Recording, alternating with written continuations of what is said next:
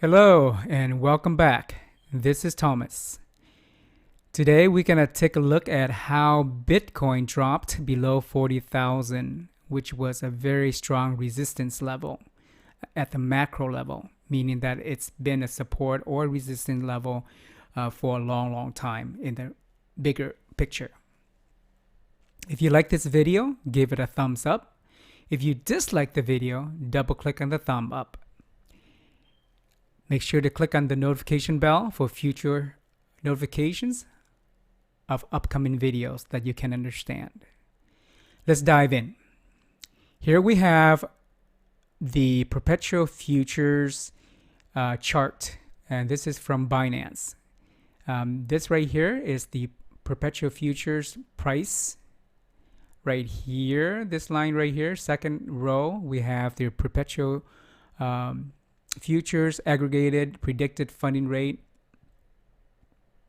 So that's funding rate. Then the next column below, next row below, we have the open interest that's backed up by stable coins like USDT, USDC, etc. And below that, we have the aggregated open interest coin margin contracts. Coin margin contracts means that it's backed up by BTC because this is a BTC derivative. So anytime you see coin margin backed, it means it's backed up by the coin that they're talking about.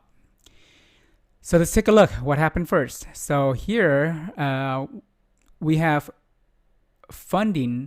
the funding rate staying positive throughout this period here, and this is in PST time, so Pacific Standard Time. So right around here was roughly January 9th at around 1600, or that would be around 4 p.m. yesterday. So funding is trending positive right here, and what that means is that people who are long or they think that the price is going to go up are paying the investors who think the price is going to go down, the shorts, to be able to hold that position. And so that's where we are. Then we come up to this period right here, and you see that the funding rate starts to increase sharply right there. That means that the longs are paying even more to hold their position. And that can potentially set up for a volatile situation when you combine it with open interest, which we'll discuss in a little bit. And as the funding rate increases here, you can see that the open interest stays pretty much horizontal, except for down here. You see the open interest for coin margin or backed by BTC is sharply increasing right here. And that increase right there, combined with the increase in the funding rate, caused the price, and this doesn't always happen, but it can. It's a good indicator. It caused the price to slowly trend down.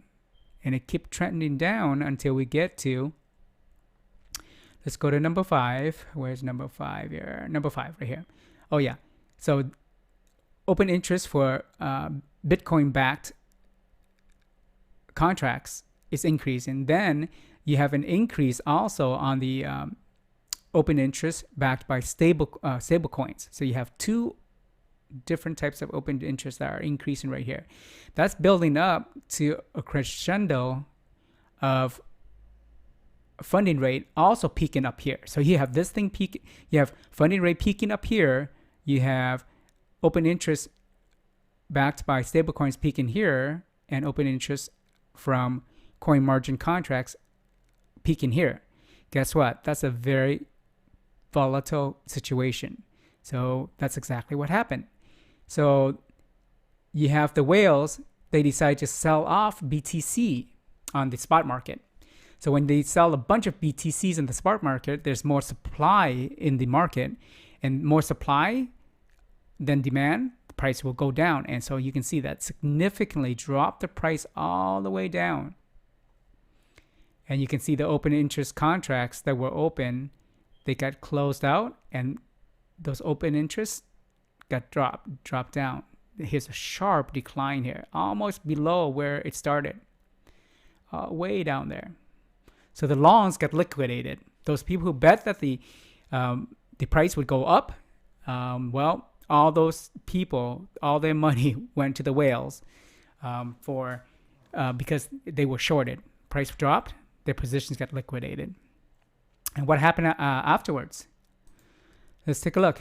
So after they got liquidated and price dropped to below 40,000 there, the buy orders started to fill in, and you can see price start spiking back up again.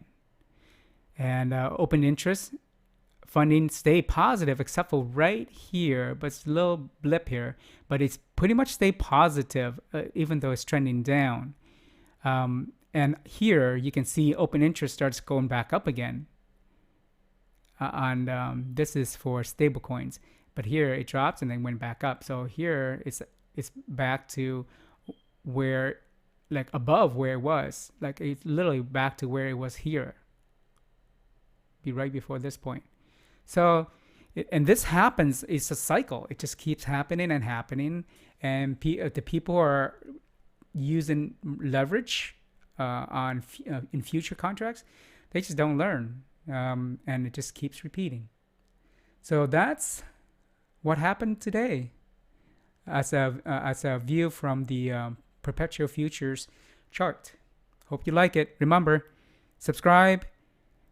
Click on the like button, double click if you dislike it, and click on the notification bell. Thanks. See you next time.